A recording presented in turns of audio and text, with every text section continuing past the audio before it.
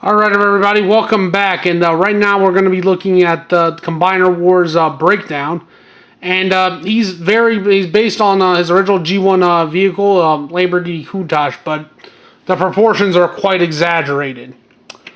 And this one has like some things I like and some things I hate. I think he's personally the weakest, but he's got some cool things going for him.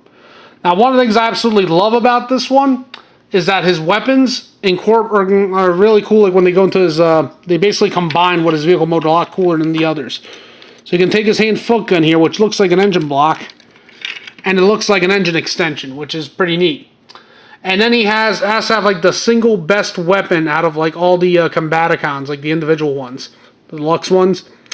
It's a sword gun, but it looks great as a gun and as a sword, and the handles, it's like are oriented properly, you know, unlike this piece of crap here, which it's like doesn't really work, only really works as a sword and doesn't store properly. It's got a tab on the side here, which stores it on the side, which is pretty neat. Yeah, overall pretty neat design for this one. And his transformation though is a little weird, to say the least.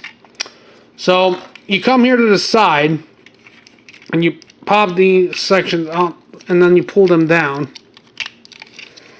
like so. And then you want to basically repeg them.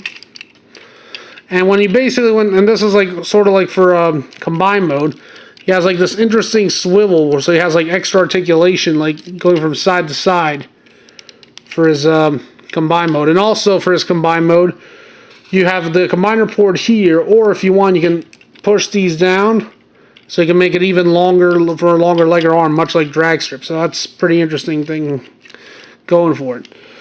So once you do that, you pop open the window and you pull this down and you pop this whole section, and you want to peg this in here.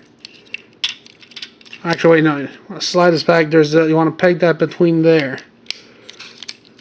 I'll pull his arms out ever so slightly. Yeah, peg that in. Pull his arms out and pull them down, and you want to close these in there inside his arms and orient them properly. You snap apart the legs, which breaks, so snap in the middle.